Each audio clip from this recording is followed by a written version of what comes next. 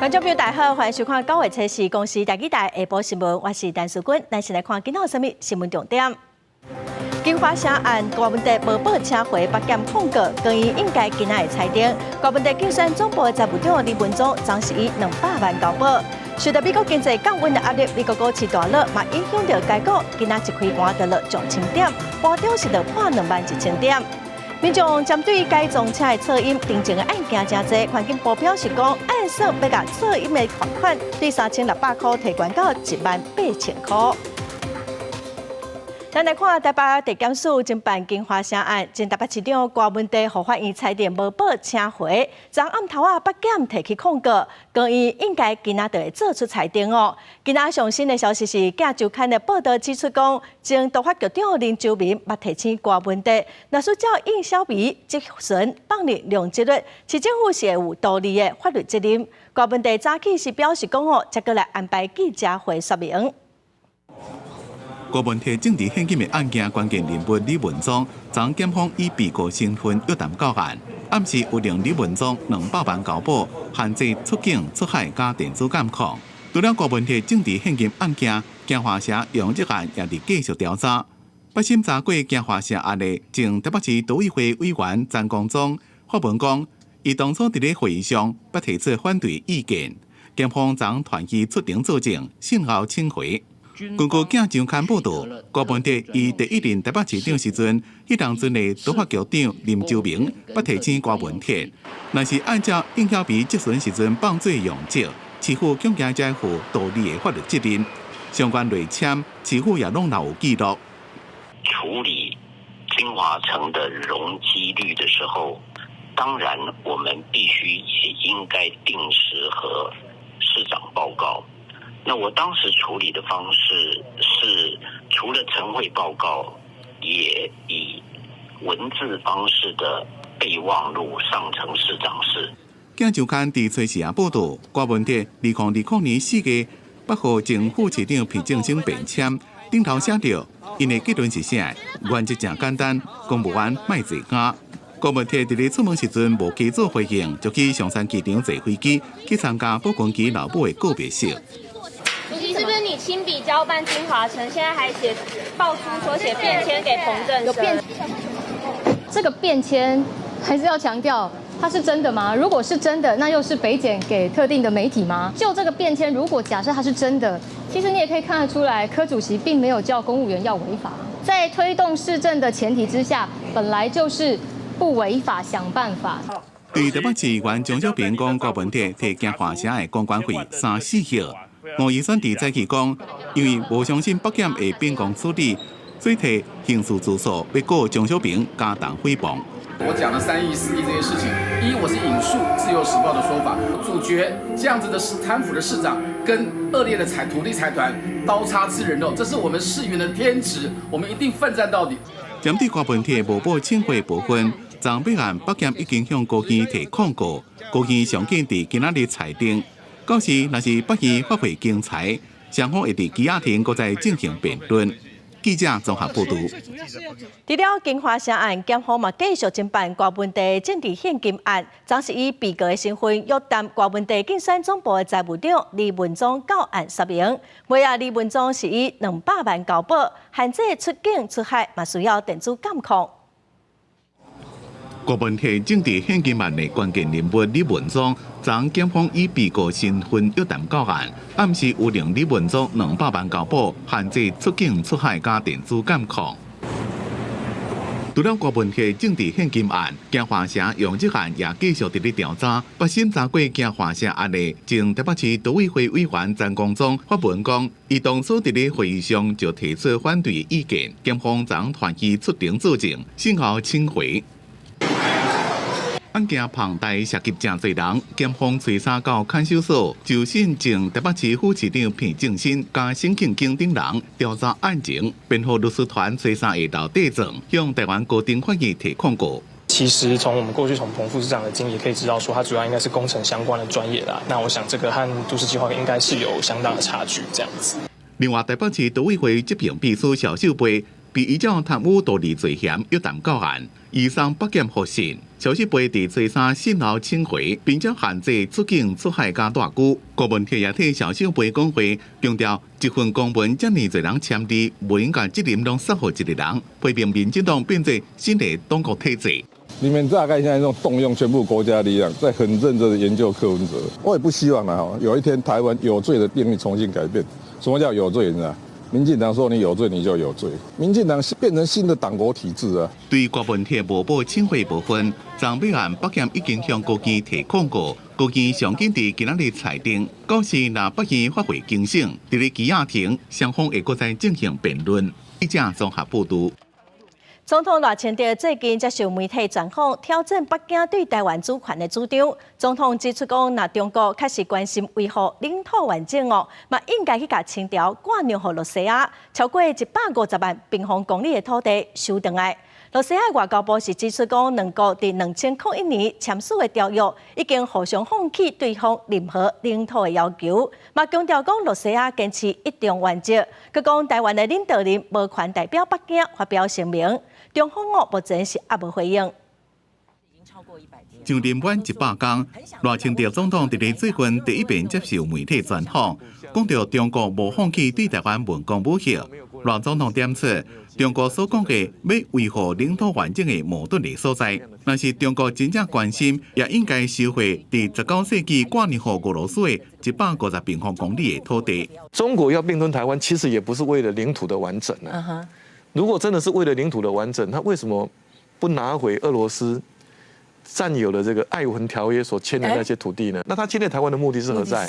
那就是想要改变这个以规则为基础的世界秩序啊，西太平洋或在国际上来成就他的霸权。赖总统表示，中国伫咧表面上是宣称主权，其实是要建立霸权。相关论述是引起网络上的讨论，也引起外国媒体伫咧关心。对此，俄罗斯外交部指出，俄中两国伫2001年签署的条约，已经互相放弃向对方的任何领土要求，并且重新坚持一中原则。讲台湾当局的领导人无权利代表北京发表任何声明，因为中国方面到这么拢点无做回应。那种这样子的一个论述，应该也戳到了北京的痛点。中国跟俄罗斯的关系是十分的友好。他们本身有共同合作来对抗美国压力的这样的一个利益的基础。对拿走他土地领土最多的俄罗斯，反而长期以来是他最大的盟友。我觉得这是非常吊诡，在凸显中华民国主权的时候，同时可以兼顾两岸的和平，我觉得这是政治人物必须思考的一个问题。学者分析，赖总统的讲法拄好去达到中国的痛点。也波动到中俄朋友之间的敏感所在，因为对各国方面的声明，咱外交部到目前时也无回应。记者综合报道。消息筹备委员会昨公布113年相关的设计，今年是立法院长韩国瑜伊是筹备委员会主委，设计是伊来决定。因为设计团队无挂名，英文的副标题是使用台湾，毋是 ROC， 引起未少的讨论。热烈欢迎莅临台湾立法院。接见台美商业协会访问团，立法院长韩国瑜身边放咱国旗，伊是庆祝会主义，庆祝宽散的民国113年国庆主视觉，也充满中华民国意象，以详细形状甲摊花组合，搭配红蓝配色呈现，中心主题是国会梅花，下面写中华民国生日快乐，搁放咱国旗，也毋过设计团队罕计无挂名。这次的设计其实它是由一群很年轻，然后也充满热情跟创意的年轻设计师来共同来创作完成。它是表明是以匿名的方式，那我们就尊重它。想起54年的国庆主视觉，2010到2015年，由国民党籍的王金平院长筹备国庆大部分的设计融合国旗、红蓝白配色。2016年到2013年，民进党完全执政，设计是较色彩多样。今年的主视觉有网友联想到韩国瑜选总统的时，外头的 H 字样，民众看法也真无同。像那个衣服牌子，很像 H。其实我有点看不出来他想表达什么。有点像很多水管接在一起。对，有点像。不错，就是有把国旗的主要颜色都有显示出来，也蛮简约的。我觉得大家的想象力都非常丰富。我们这个图形就是我们中华民国的国旗跟双十国庆，并没有其他的影射跟含义。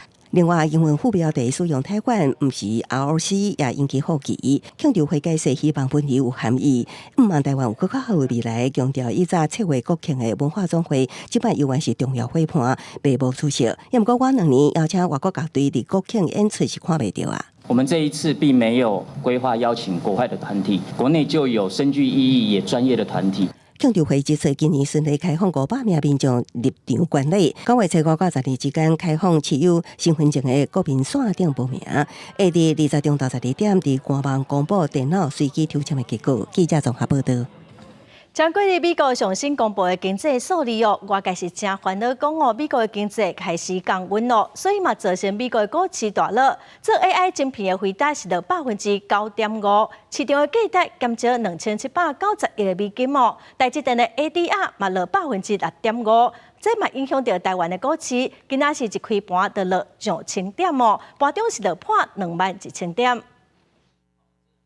看盘的电视屏规青笋笋，互股民的心情诚歹。因为美国股市大盘，连带影响国际股市规夜盘。台股伫随时开盘，股汇市拢盘，无到1分钟就盘1170点，总盘中史上第2大盘爆，八盘到21000点。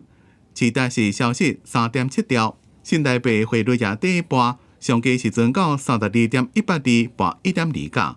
火国神山台积电也跳空爆破给线900块的关卡。主要是市场的情绪在这波反弹上来之后呢，其实是相当谨慎保守的，所以稍微一有这个消息面的一个利空呢，这个反应就特别的大。分析师讲，美国上新公布的资料显示经济紧缩的情形也搁伫咧，造成美国股市大盘。以辉达带头的 AI 半导体是重灾区。辉达伫咧收盘时阵盘9.5%，市面的计销消息2790亿美金，从美国上市公司有史以来市值上大的单日盘爆。台积电的 ADR 也被拖累，同盘6.5%。6月份的 ADR 加联电 ADR 也拢盘，外资已经连续10月，加台股的金额提超过910亿，无排除会继续卖。台股第3季恐惊拄到2万点保卫战。早盘的时候就跌了1000点，那么最低的时候甚至破21000点。换句话说，再跌个1000点的话，也就会来到2万点，来打出所谓的第2只脚。全世界股市是毋是能够回升？分析师讲，主要就要看公布的就业数据，若是非农业的就业报告资料好，股市就可能反弹。伫目前台股伫咧第3盘，金管会甲国安会基金拢伫咧台面，后盘国家队也甲盘势过掉的，卖互非理性的下盘继续扩大。记者综合报道。2024年国际半导体展今仔伫南港开幕，今年是以人工智慧做主题哦，有超过1100间国内外厂商参展，规模是有史以来上大。行政院长杜英泰是表示讲，未来要来培养愈侪 AI 的人才，迎接未来 AI 黄金的20档。经济部长郭志辉嘛讲，政府会继续来强化台湾的半导体业，确保全球的竞争力。超过1100间国内外厂商最近参加展览，创新历届纪录。2024国际半导体展览随时开始进行。AI 晶片、先进封装，一个科瓦斯供应链，所有厂商排规排，技术实力阵容是真坚强。除了有12个国家设专馆来参展，美国馆也是第一遍设立，会当看出台湾半导体伫咧国际上的重要性。但是国内 AI 的人才伫倒来也是问题。除了把我们的生产投资环境造就好之外，我们更需要大量优秀的人才。政府会透过各种的工具来培育好的未来的 AI 人才。杜英泰强调，政府会做好投资、制造加生产环境。经济部长郭志辉是预估，下半年 AI 景气袂伤歹。现阶段除了需要找也个培育 AI 的人才，迎接未来 AI 黄金20年，也把市场放伫咧全世界。未来20年，谁能够把 AI 的应用做得能够这个非常的棒的话，它的市场就是全球。台湾的半导体加 AI 伫全世界有正重要的角色。建造绿色工程科技，是企业甲厂商正伫咧努力的方向。搭配厂区的 AI 智慧化管理，那做更节能，然后碳排更少，这样子，那企业未来的碳税也会交更少。前台积电董事长刘德英吹沙伫专题演讲时阵讲，台湾唔通限定伫咧亲中亲美的范围内。对此，郭智辉回应讲，半导体发展是自美国开始，业者会家己去经对家己上适合的市场。政府的立场就是协助业者创造上有利的竞争条件，目标是推上台湾的 AI 软体产业，徛起伫世界前3名。记者综合报道。上届工资法实施了后，今仔头一届开上届工资审议会哦，早起10点开始开会，下晡2点左右，决定讲明年上届工资要起4.08%，月薪哦上届调到28,590块，时薪上届是190块。这嘛是蔡英文政府连续8档拢起工资，这嘛赖政府上任了后，嘛调悬基本工资哦。万讲面对通货膨胀，物件拢会起价，劳工会当来维持基本的生活。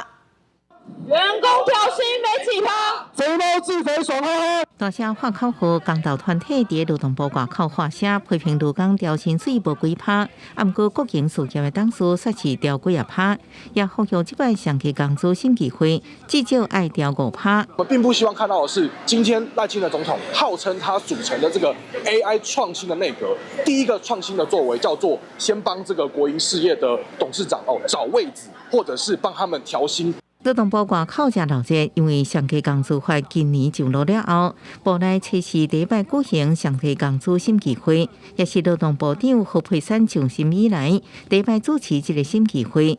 因为蔡政府连8年调悬，劳团希望赖政府按效规做随，继续调悬。我们最低所得的20%家庭里面。通膨对他们的影响是最大的，他们有50%的收入都必须花费在实际的生活费支出上面。何佩珊强调，目前台湾经济受疫后全球性通膨的影响，并且劳工生活受冲击，安怎照顾是今仔日审议的重点。参加劳团代表表示，这摆审议一定要参考消费者物价指数年增率这数字。以之前的默契来说，基本上都是差不多的。对，就虽然说这是第一次最低工资那它的最主要的主轴还是一样，就是为了要照顾边际劳工的购买力。整个台湾的经济状况，全世界的经济状况来决定高低的。今年第3季、第4季整个衰退嘛，衰退就整个下降了。啊，不过资方代表表示，为政府提供的经济数字显示，并无看好明年各季的经济成长情形，是不是调起数字，是不是亲像风声的4%，也搁要等委员来讨论。何佩珊是希望委员理性和平的沟通讨论，劳动部也按算上紧，下晡公布审议的结果。记者综合报道。来看早起有民间团体去卫生福利部抗议哦，因批评讲，大家公布的社会救助法的草案根本无法度真正来帮助善食人。伊呼吁政府一寡针对中低收入户的补助、各福利政策，应该要全面来检讨。社救法要脱贫。社福团体伫卫福部头前发出诉求，因不满卫福部4月2日公布的社会救助法修法草案，根本无针对善食家庭就业问题提出救助，无法度真正帮助这寡善食人翻身、改变生活，因的后一代嘛无法度脱离善食。社会救助法它最关键的是要作为贫穷者的最低的一个底线，所以它不只是提供福利的救助而已，更关键的应该是要让这些弱势者都有机会能够脱离贫穷。有些贫困者啊，他发现他的工作收入，我今年的工作收入快要超过了贫穷线，快要超过了我的低收了，那我就干脆赶快辞职，我控制我的收入，我不要做了。周先是因为行动无方便，逐个月拢会当领低收入户补助，佮有居家照顾补助。不过，伊若是有去做工课了后，低收入户补助就会互人取消。伊认为政府目前的补助并无针对无工族群提出无共的措施，时，敢若是有，也是无两种选择。他现在给我工作没有问题，但是他工作所得列入的时候，我可能因为社会福利，比如说我现在有长照啊，有个人助理的这些服务，可是万一我一工作超出他的那个所谓基本线，我这个福利被取消，那我变成这些生活必须的这些社会福利的资源，就变成要自费了。社福团体表示，台湾真侪中低收的民众，若找到工课，政府就马上取消补助甲福利。有弱势者为着要继续领补助，规气甲头路死掉，较会好。另外，社福团体嘛批评卫福部开会要讨论社会救助法的修法草案，但是却无邀请弱势者去参与会议表达意见，互讨论变做一种形式，敢若过场尔。记者陈阿选、谢桂玲台北报道。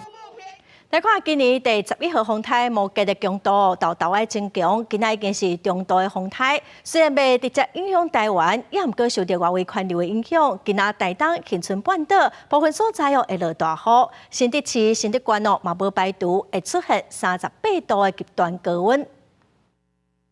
今天到明天、明后2天呢，大致上会一个比较偏向偏西到西北西的方向移动。早上8点的时候，它的强度是增强来到中度台风的等级，在东南部以及恒春半岛这一带呢，局部有来到就是80-90毫米左右，主要是受到台风外围环流的沉降的气流所影响。在北台湾新竹的这一带呢，其实今天是有机会来到38度的高温。气象署今仔嘛针对苗栗以北顶9个县市发布高温的特报哦。台东、屏东会落雨，后礼拜哦，台湾是维持大低压带的天气。伫西北太平洋海域，阁有2个热带鸟中有机会增强，变做是热带性的低气压，嘛有可能会结做风台。咱再来看，开学无到1礼拜哦，高雄已经有未少学校因为肠仔病毒停课了。市政府是统计有23班停课，幼儿园有18班，托婴中心有5班。疾管署的监测资料嘛显示讲，8月25到8月底哦，因为肠仔病毒去看医生的人是比过去4档的同期搁较侪，所以提醒家长和学校都要好好预防。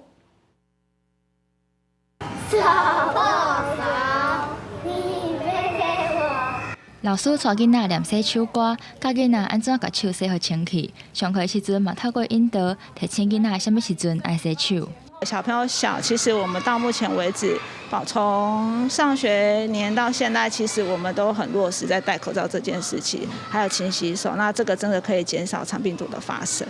有防肠仔病毒，高雄市的新上国小全力拼防疫，目前校内也无班级因为肠仔病毒爱停课。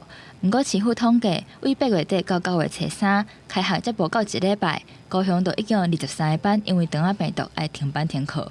回到学校，尽管在各个班级，老师们他们都会进行消毒，但是孩子们他们忽然间聚集在一起之后有可能有一些互相病毒之间传递。肠病毒疫情每年大约至9月开学之后，可能会出现第2波的疫情高峰，请家长以及教托育机构务必提高警觉。疾管署的监测资料显示，8月25到8月底这礼拜，就有14279人次因为肠仔病毒就医，比顶礼拜佫增加2.4%，嘛比过去4年同期佫较悬。目前正咧流行期，因应全国已经有5例肠仔病毒感染并发重症，提醒家长甲学校就要带囡仔认真洗手，建立正确的卫生观念。记者高雄报道。来看有民众去中华的基督教病院产后护理之家做回来，这妈妈是指控讲，伊的查囝出世到囡仔14天尔，也毋过伊的骹青哦，拢亲像去互烫着，拢红记记，大便哦阁有花，质疑护理之家的照顾有疏失。也毋过病院是表示讲，经过检查发现讲，是食物中的卵白哦引起过敏性的肠仔炎，已经有做医疗小组来帮伊治疗咯。查某婴儿尻川红记记，有的所在阁出火，甚至放屎内面有火，家长是看甲真毋甘。中华一名姓温的小姐，顶个月26含拄出世的查某婴儿带入去中华基督教病院的产后护理之家，不过婴儿的尻川煞红记记，甚至阁有血珠啊，即期这护理之家照顾甲出问题。血便，然后尿布疹很严重，他那个尿布疹是严重到你尿布打开，它是肉会粘在尿布上面，那就应该要提早跟我们说，那你应该去看医生，而不是一直跟我说正常的，这样等于是延误就医。温小姐即期讲，顶个月自备发现尻川开始扭皮，也随甲护理人员反映，不过情形却是愈来愈严重。伊也找3也带入去病院加护病房，敢若出44天尔，就爱安尼先甲接拔。不过其他家长也表示，有可能是囡仔无法度适应食无啉，送病院确实要拖着。会觉得为什么没有早点讲，就不要到那么严重才处理这样。病院表示，已经有甲囡仔的检体送检，也讲这囡仔是过敏性直肠结肠炎的症状，是食物两白素引起的，是肠啊食物过敏的一种反应，通常发生伫咧出世1礼拜到4礼拜以内。我们也没有又用了什么抗生素啊，也没有什么药物，只是改变了一些牛奶的配方了以后，其实它这个状况就改善了。奶粉是不是有一些不适合宝宝的部分？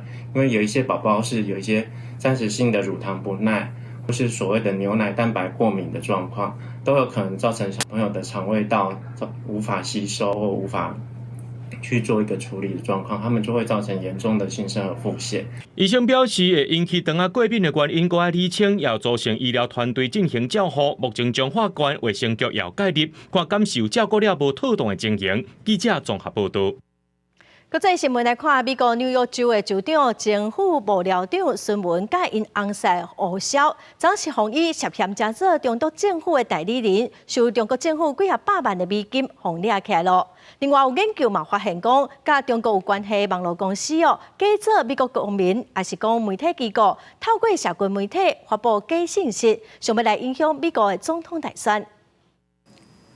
美国纽约州州长胡克伊的政府幕僚长孙文甲伊的翁婿胡晓，随三被逮捕了，随出庭应讯。两个人的律师讲，检方起诉孙文甲胡晓的几项罪名，互人真困扰，而且真罕。批评检方刑事伤过罪调查权。We are looking forward to exercising our right to a speedy trial and addressing these accusations in the forum where it's most appropriate, which is a court of law. 孙文伫咧纽约州政府做要甲15年，经历过2任的州长。2021年升任兼做现任州长胡克的副幕僚长。纽约时报报道，检方的起诉书有到65页，内面讲到孙文伫1年之间受中国政府几百万美金。从事有利中国的违法行为，孙文利用这寡钱买上100万美金的厝甲车，也几入边接受中国官员专业的总部师提供的料理，也涉嫌利用职务摕到旅游补助甲活动的入场券，导致朋友的生理。检方起诉孙文的犯行包括签证诈欺甲洗钱，也拿孙文做成立翁婿胡晓是涉嫌洗钱的罪名。孙文伫咧州政府工作的期间，捌组织台湾甲纽约州政府官员见面，并且几多遍安排纽约州的州政府高官访问中国。纽约州政府发现孙文的不当行为，伫咧2023年3月终止雇用，并且报警协助调查。刑事法官崔三下令孙文甲胡晓分别以150万美金甲50万美金交保，后回开庭的日期是2月。这是美国法务部上新一波阻止中国政府私底下影响美国社会行动。即马美国总统大选就要到啊，中国动作真多。外国媒体报道，美国社群媒体分析公司发现，中国透过名叫做“本所邮件伪造”的网络公司，伫社群媒体假做是美国选民或者是媒体机构发不实的消息，想要分化选情。影响总统大选，包括 X 平台、TikTok、YouTube 甲 IG 拢出现假冒的口座，有一寡已经被停权，严格也是阁一直伫咧发文。公司新闻张小芬编辑。纽西兰政府昨宣布讲，要来提高外国游客入境的收费。10月初1开始，去纽西兰观光入境的费用会起到大约2000多块，是以早的3倍外。当地观光业者是真不满，是真烦恼，讲会影响到业绩。去纽西兰旅游收费按增加了。10月初1开始，国境大门的国际旅客保育甲旅游馆会为35纽币，相当大票700，提悬到100纽约，差不多大票2000块。纽西兰政府声明指出，35纽币是2019年7月14，即马要负担这么多游客所产生的相关成本，其实已经不够。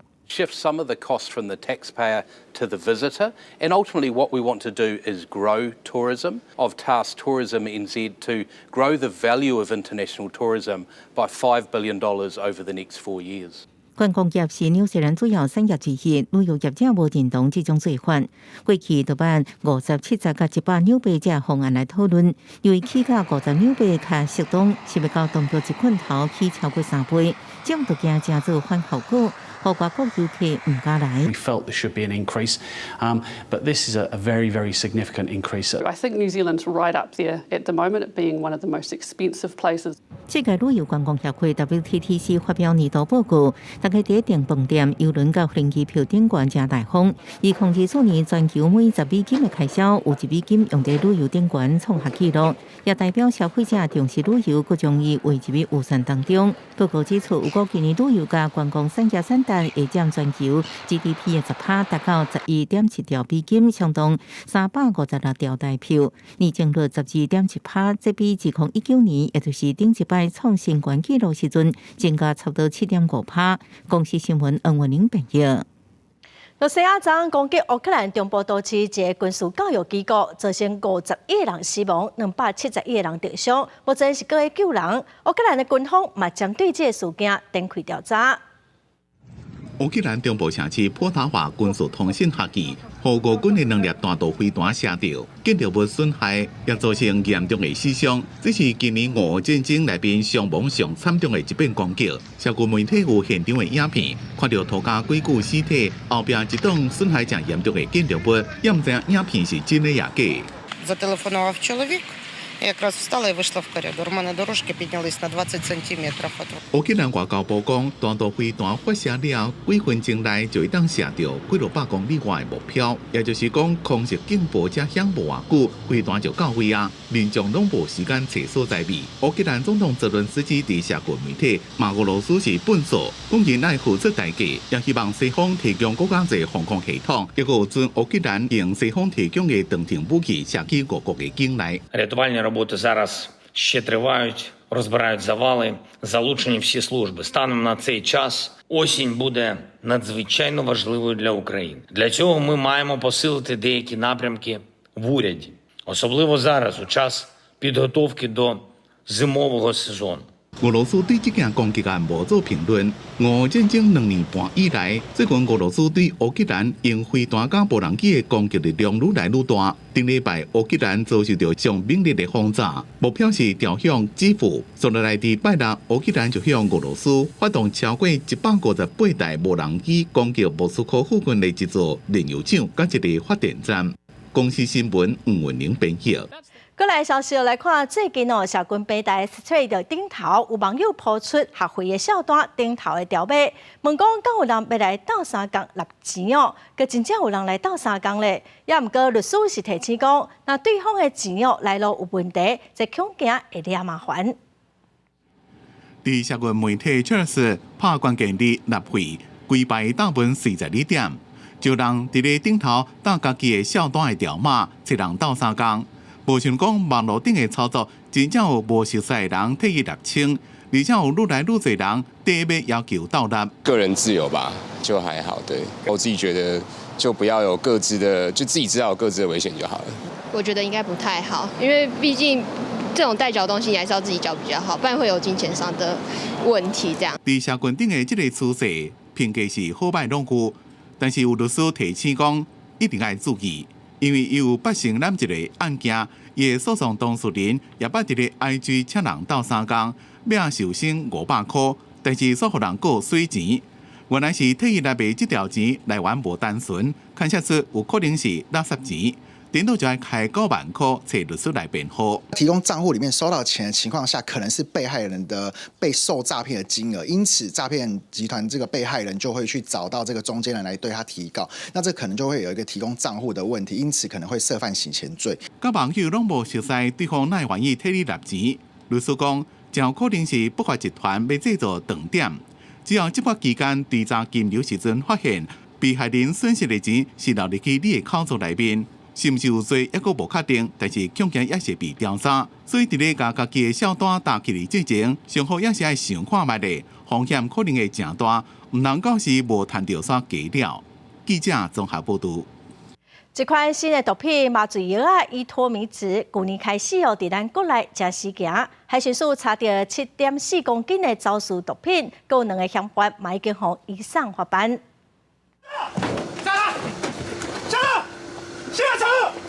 看到灭毒集团出现，海巡随枪去掠人，当场查扣第3级的毒品伊托米酯。8月2日，专案小组接到线报，讲有灭毒集团41岁细节的查某人，加一个40岁细节的，对中国走私毒品。先伫咧竹南掠着人，甲带去灭毒集团因伫咧邦桥的仓库，佮查到7.4公斤左右的伊托米酯，佮有72只包电子烟的机器，将近150粒的分弹。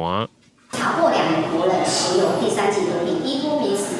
共计7459.9公克，另外查获分装的电子烟机72具，混合烟油弹14970颗等，全案依违反毒品危害防治条例移送苗栗地检署侦办。海巡表示，伊托米酯是超低效的静脉麻药，非法业者甲加伫咧电子烟药内底，就是即马人讲的强势分弹。若去食到规身躯会带会着，虽然无法度思考镜头。行政今年8月已经公告甲列做第3级的毒品。南投县卫生局最近嘛有去药局、卫生所加强稽查，要查到乱用的情形。那我们查核的部分会针对我们的药局、医疗院所跟贩卖药商，那了解药品的使用情形跟流向的动线。我们大概查核了146家次，但是没有违规的情形啊。南投县政府表示，目前已经查146间厝，无发现到违规。海巡查到伊托米酯数量大约当做85000粒的分弹。专案是依照违反毒品危害防治条例，移送苗栗地检署侦办。记者综合报道。新北市三重埔第一线高架桥，伫顶个月20号有大卡车载的钢条落来，弄破护栏，本地爱算2个月才会修理好势。新北市长侯友宜昨是宣布讲，要提前伫今仔透早6点，就当开放全线通车咯。侯友宜伫面册真感谢工作人员无暝无日来修理，是真辛苦。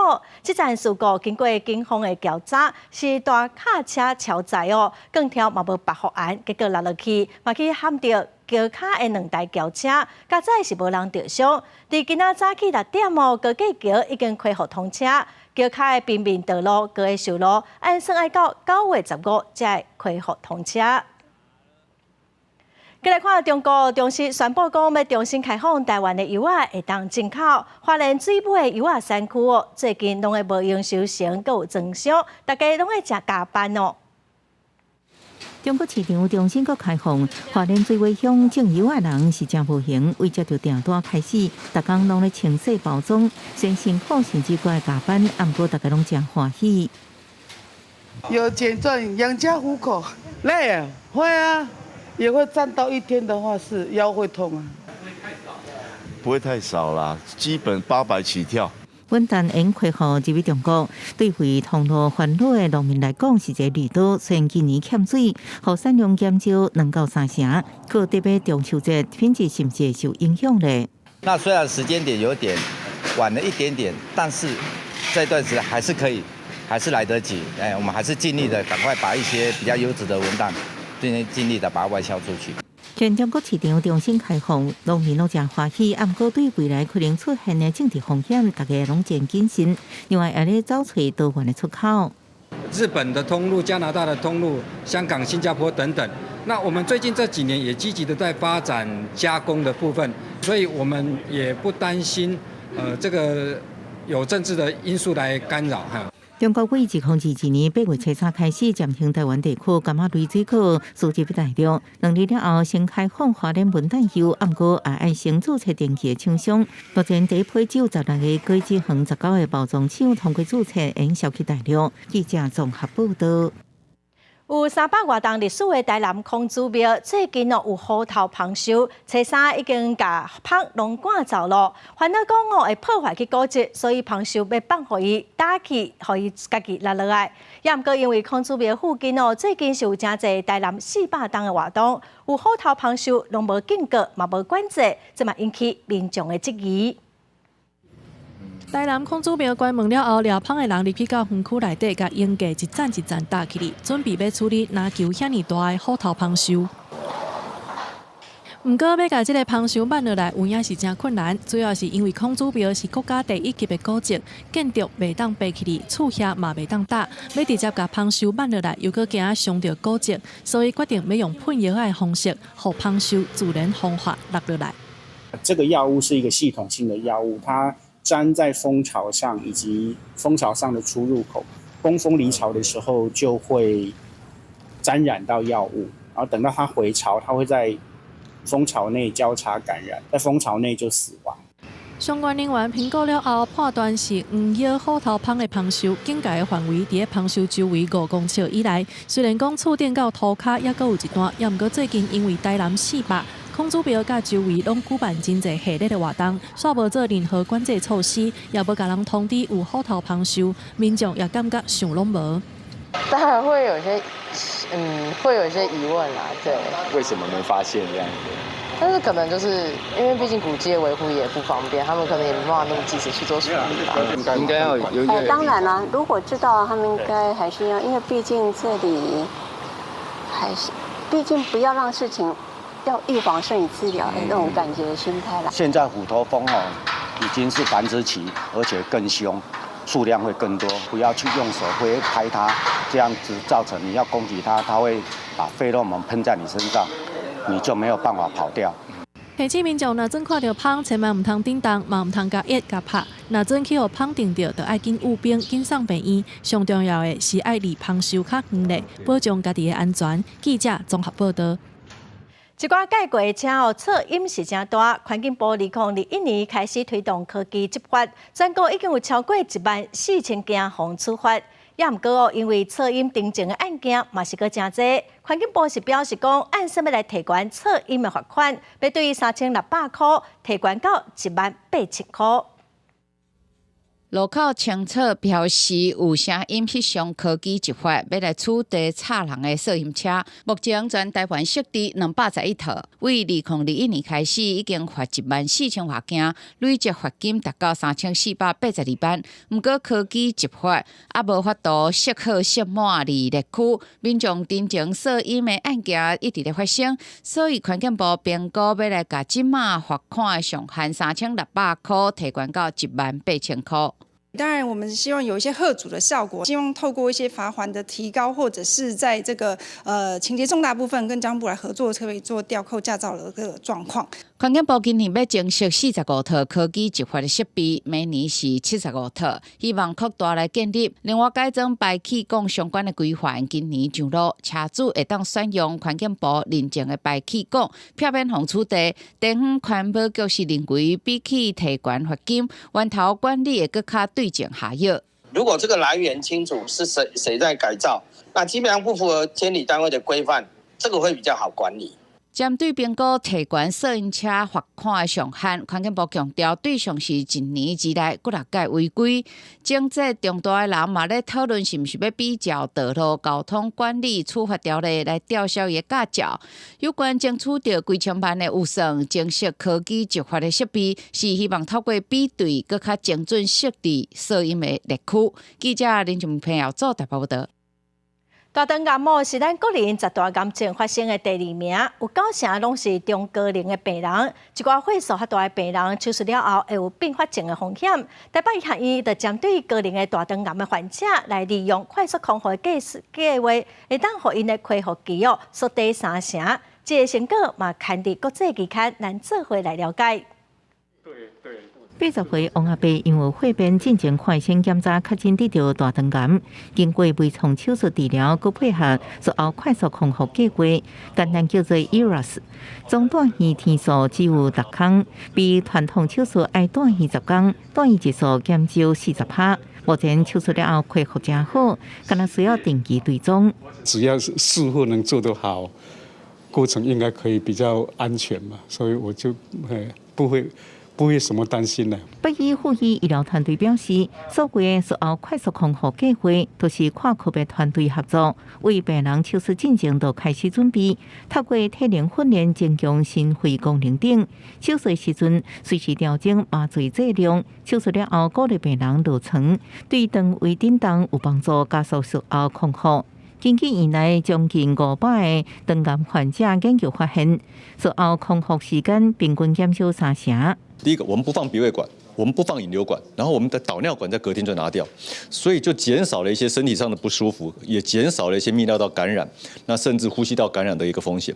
根据国健署统计，大肠癌是个人10大癌症发生人数第2名，其中将近9成发生在50岁以上中高龄的族群。医方强调，高龄患者在手术了后，常常面临较悬的并发症风险。不过研究显示，医疗随照护计划不但有效减少医疗资源消耗，更可能帮助高龄的老大人真紧就用出院，提高患者生活品质，达到医病双赢的目标。记者综合报道。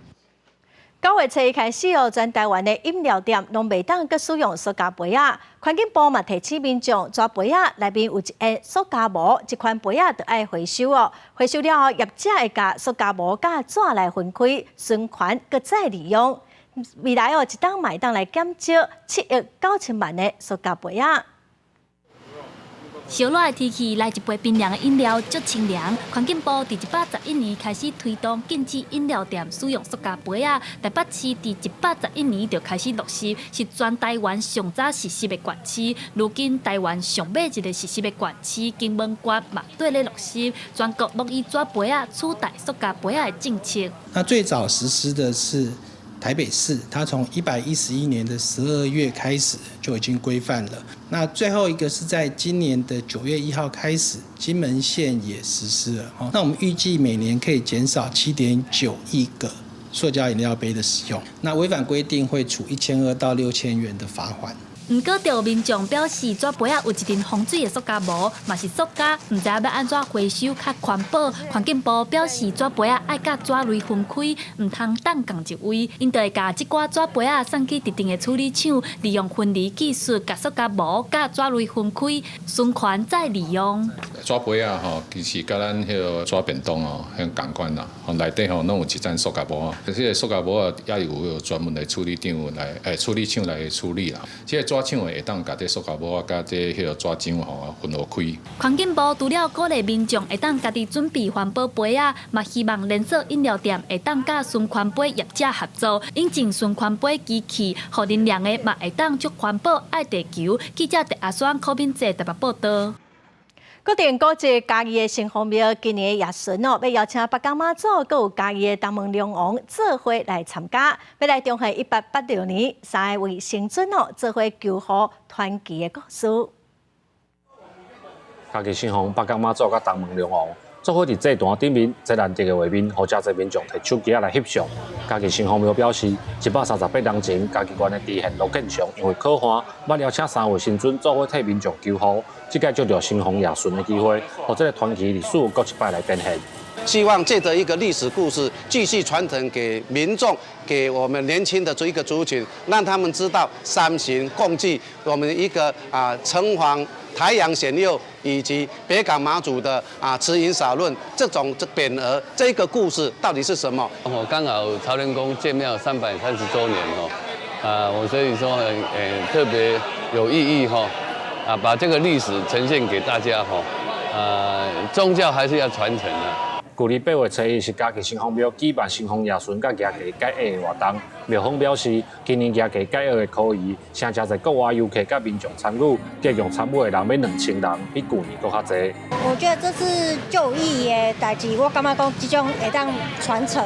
总统热情伫车山中道专港落人来参加起驾仪式，搁送牌匾予嘉义城隍庙。庙方表示，城隍夜巡甲夜祭解厄是嘉义地区真重要的宗教活动之一。希望透过活动，不但影响嘉义城隍庙的文化，嘛互嘉义过去的历史，会当互愈来愈侪人知影。记者林慧婷，嘉义报道。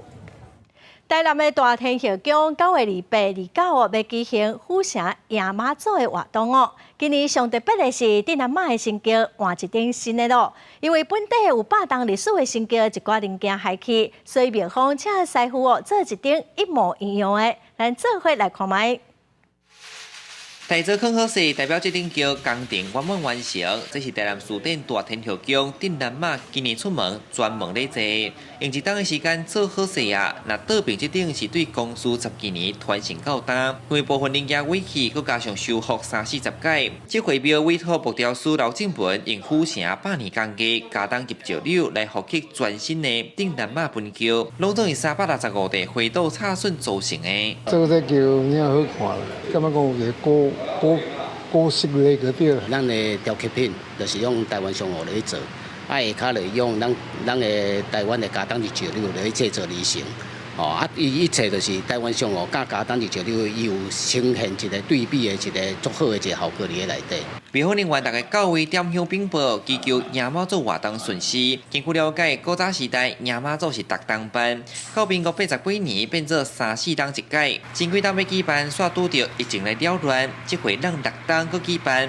标方指出，今年恢复传统，限定4社门内各角头大庙才会使来斗老街。古早时代迎妈祖只有府城内被开人参加迎妈祖，所以按今年设的规矩设较严。除非你是台南市4社门内的大庙，而且你要有寺庙登记，有做过大轿，有来请过妈祖。这届上特别的是，这大庙大武因愿意出门来参与这考迎妈祖，因拢古早时代足古早的大正4年到今，已经有30-40档无来参加迎妈祖。台南市地名小府城迎妈祖庆典，伫这个月期8要起稿。标方指出，成就有双人的八卦汤，那呈现文桥的雅气，规个工艺嘛增加出顺的光彩。那元桥到时收藏伫咧庙内做文物，展示互乡亲看。记者从台南采访报道。今仔日受到某个风台外围环流影响哦，台湾的水气会较高。下晡晡的天气，咱就看各县市详细资料。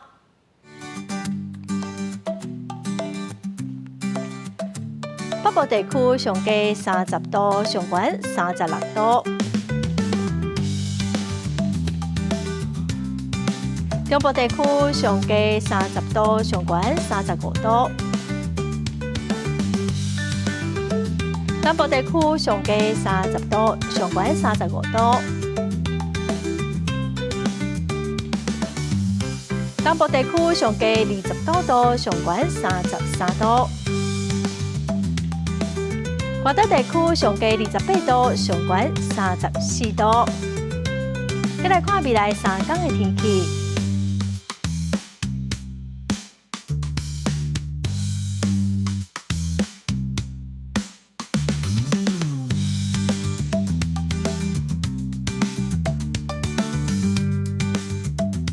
感谢观众朋友收看《公视台记台下晡新闻》，我是陈淑君，明仔下晡3点，咱再会。